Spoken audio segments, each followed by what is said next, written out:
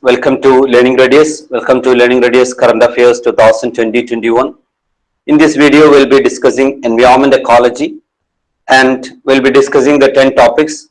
And the 10 topics of discussions are deeper bore bill, 8 warmest years since 1901, India commences exports of Moringa powder, government approves advisory for management of human-wildlife conflict across the country, management effectiveness evaluation of 146 national parks and wildlife sanctuaries, Caves India Forum 2021, Gujarat rivers remain highly polluted despite norms, Harike wetland, dragon fruit and air quality commission. First topic of discussion is depot bill.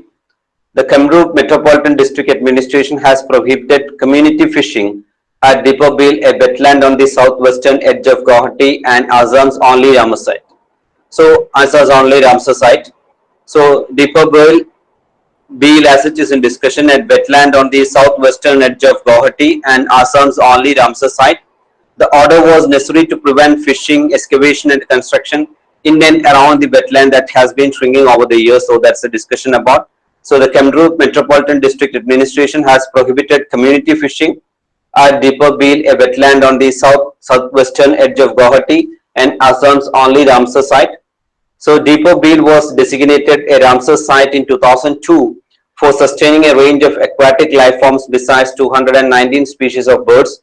A Ramsar site is a wetland designated to be of international importance under the Convention on Wetlands on February 2nd, 1971 in the Iranian city of Ramsar on the Caspian Sea shore.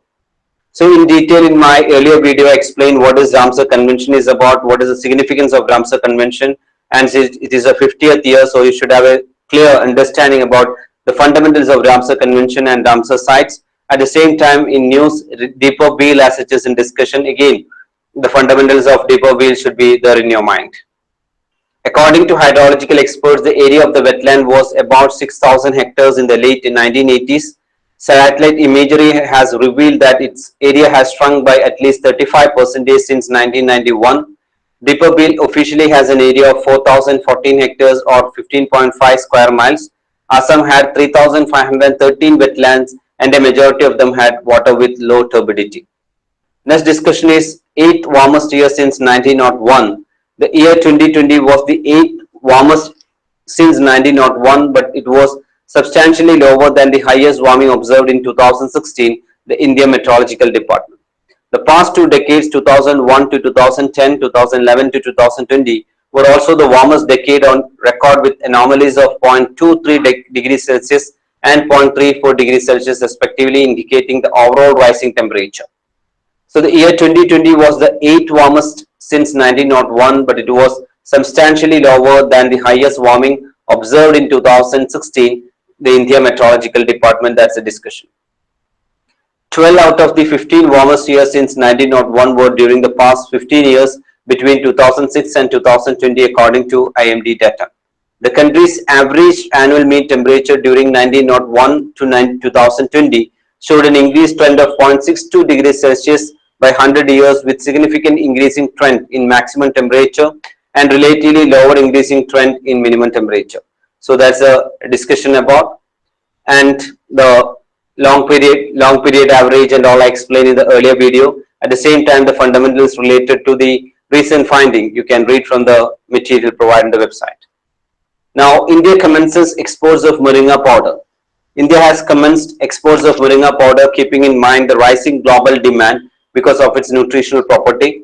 Moringa has been used for centuries due to its medicinal property and health benefits in various forms. 2 tons of organic certified Moringa powder was sent to the United States through air consignment on December 29, 2020. The event was flagged off by Dr. M. Angamuthu, Chairman, APDA, the Ministry of Commerce and Industry. One of the APDA registered exporter from Telangana, Mitochondria Nutrients, has been supported to start the export activities in a planned manner. The company plans to export around 40 metric tons of Moringa leaves powder to United States of America. So that is about Moringa. So that is Moringa oleifera is a plant that is often called the drumstick tree, the miracle tree, the Ben oil tree, or the horseradish tree. So Moringa oleifera is a plant that is often called the drumstick tree. Moringa has been used for centuries due to its medicinal properties and health benefit. It also has antifungal, antiviral, antidepressant and anti-inflammatory properties. So Moringa has antifungal, antiviral, antidepressant and anti-inflammatory properties. The tree is native to India but also grows in Asia, Africa and South America. Moringa contains a variety of proteins, vitamins and minerals. So that is about the species Moringa oleifera. Next is government approves advisory for management of human-wildlife conflict across the country. The Standing Committee of National Board of Wildlife in its 60th meeting has approved the advisory for management of human-wildlife conflict in the country. The advisory makes important prescriptions for the state or union territories for dealing with the human-wildlife conflict situations and seeks expedited, inter-department coordinated and effective actions. The advisory envisages empowering Gram Panchayats in dealing with the problematic wild animals as per section 11 clause 1b of Wildlife Protection Act 1972. So government approves advisory for management of human-wildlife conflict across the country. So there is a discussion. The Standing Committee of National Board of Wildlife in its 60th meeting has approved the advisory for management of human-wildlife conflict in the country. The advisory makes important prescriptions for the state or union territories for dealing with human-wildlife conflict situation and seeks expedited, inter-department coordinated and effective actions. The advisory envisages empowering Gram Panchayat in dealing with the problematic wildlife or problematic wild animals as per section 11 clause 1b of Wildlife Protection Act 1972. So here National Board for Wildlife, that is National Board for Wildlife, is constituted by central government under section 5A of the Wildlife Protection Act. The Standing Committee of National Board for Wildlife considers proposals after a series of level of scrutiny and have recommendations of the State Chief Wildlife Warden, State Government and the State Board for Life. So National Board for Wildlife is in discussion, so there should be clarity what is the basic constitution of National Board for Wildlife. And here the National Board for Wildlife is in discussion because government approves advisory for management of human-wildlife conflict across the country. That's the discussion about. Next is management effectiveness evaluation of 146 national parks and wildlife sanctuary. So that is about MEE, that is management effectiveness evaluation. Minister for Environment, Forest and Climate Change, Sri Prakash Javadekar, released management effectiveness evaluation of 146 national parks and wildlife sanctuaries in the country.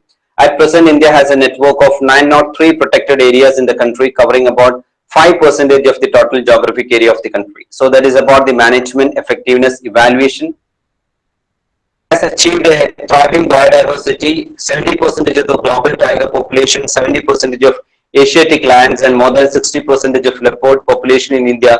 It's a certificate of India's thriving biodiversity as these big cats sit at the top of food chain and their growing numbers shows the well-being of the whole ecosystem. So that is something very positive towards India's biodiversity and India's ecosystem. From the year 2020 onwards, 10 best national parks, 5 coastal and marine parks and top 5 zoos in the country will be ranked and awarded every year. So that's a decision by the center.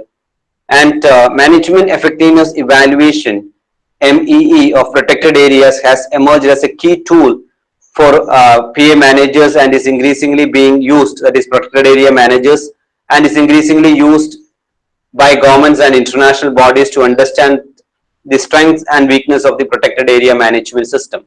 So management effectiveness evaluation of protected areas has emerged as a key tool for protected area managers and is being used by government and international bodies to understand the strength and weakness of the protected area management system. So that is about MEE, and MEE provides valuable guidance on various aspects of wildlife and protected area, expand MEE of marine protected areas. Now the Environment Minister also launched Management Effectiveness Evaluation of Indian Zoo, that is MEEZO framework, which proposes guidelines, criteria and indicators for evaluation of zoos of the country through management effectiveness evaluation process in a manner which is discrete, holistic and independent. So that is about management effectiveness evaluation of Indian zoos. Next is NCAVES India Forum 2021. NK stands for Natural Capital Accounting and Valuation of Ecosystem Services. So in 2017, the European Union initiated a project, Natural Capital Accounting and Valuation of Ecosystem Services (NCAVS) in 2017 to help nations advance knowledge on environmental economic accounting, in particular ecosystem accounting that can help in ensuring sustainable economic growth.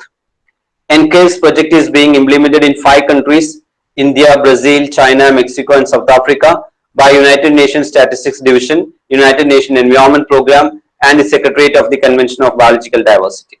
So that is, the NK project is being implemented in 5 countries: India, Brazil, China, Mexico and South Africa by UNSD, UNEP and CBD.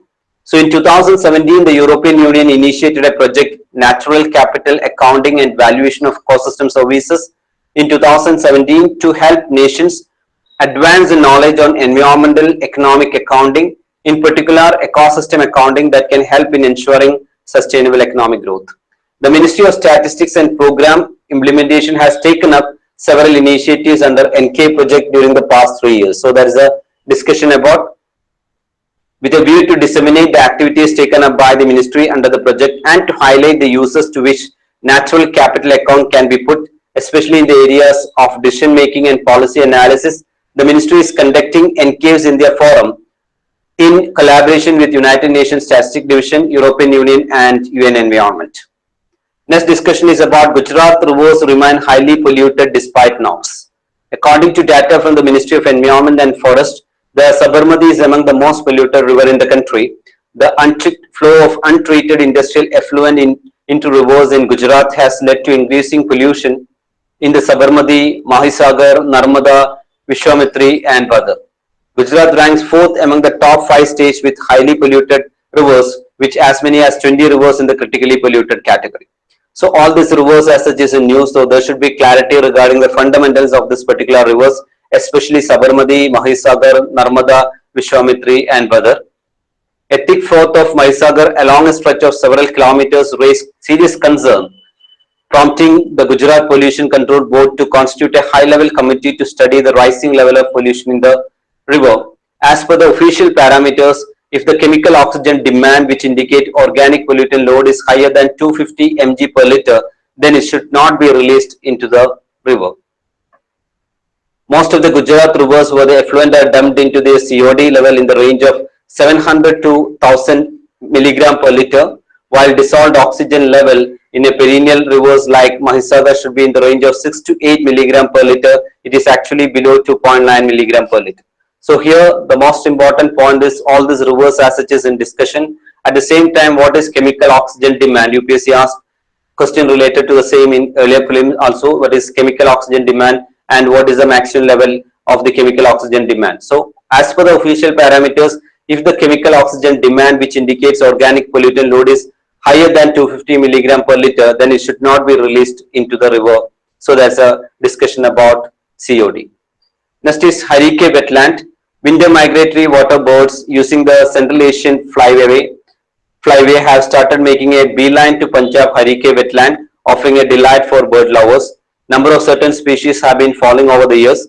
The key reason they attribute for the drop is increased human interference in their breeding region, climate change and rising air and water pollution. So winter migratory water birds using the Central Asian flyway have started making a beeline to Punjab's Harike wetland, offering a delight for bird lovers. So Harike wetland as such is in discussion. There should be clarity regarding Harike wetland. And Harike is one of the largest man-made wetland of northern India, which shares its area with Tartaran, Firozpur and Kapurthala districts of Punjab. So Harike wetland is one of the largest man-made wetland of northern India. It came into existence in 1952 after the construction of barrage near the confluence of rivers Satluj and Beas. Harike is a significant abode for the birds migratory from across the international frontier. So that's about Harike wetland, which is one of the largest man-made wetland of the northern India, which shares its area with three districts of Punjab, and it came into existence in 1952 after the construction of barrage near the confluence of river Satluj and Beas. Next is dragon fruit. The Gujarat government has decided to rename the dragon fruit as Kamalam. It's a basic GK. Dragon fruit grows on Hyloceras cactus, also known as the Honolulu cune, whose flowers only open at night. The plant is native to southern Mexico and Central America, and the Gujarat government has decided to rename the dragon fruit as Kamalam. It goes by many names, including Pitaya, Pitahaya, and strawberry pear. Dragon fruit contains small amounts of several nutrients. It's also a decent source of iron, magnesium, and fiber. So next topic is, and the last topic is Air Quality Commission. The Commission for Air Quality Management (CAQM) in NCR and adjoining areas has begun the process of setting up a decision support system having a web, GIS, and multimodal based operational and planning decision support tool. The key points: this tool will help immensely in capturing the static and dynamic features of the emission from various sources. It will have an integrated framework to handle both primary and secondary pollutants using chemical transport model. So Air Quality Commission, the Commission for Air Quality Management (CAQM) in NCR and adjoining areas has begun the process of setting up a decision support system having a web, GIS, and multimodal based operational and planning decision support tool. This tool will help immensely in capturing the static and dynamic feature of the emission from various sources.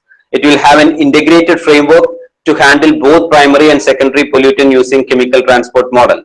The system will also be able to handle the source specific interventions with the framework to estimate benefit of interventions and will focus on presenting the best result in a comprehensive, user-friendly and simple format for different users. The Commission has entrusted the task to expert groups from reputed knowledge institution of the country for framework development of air quality management, that is DSS for Delhi. So Air Quality Commission, the Commission for Air Quality Management in NCR and adjoining area has begun the process of setting up a decision support system having a web, GIS and multimodal based operational and planning decision support tool. That's the discussion about. So that's all about the topic. So keep an extra eye on the environment ecology, as like I mentioned in the earlier videos. Keep a watch on or watch the analysis videos of environment ecology, understand how UPSC frame questions from current affairs, then watch all these videos 1 or 2 times and try to have a clarity how UPSC can frame questions from current affairs. There should be clarity in your mind. At the same time, calm version is the most productive version. Don't compromise on working on premium preliminary question papers. That is very, very important. And meet you in the next video with the next 10 topics of environment ecology. Have a great time. Thank you all.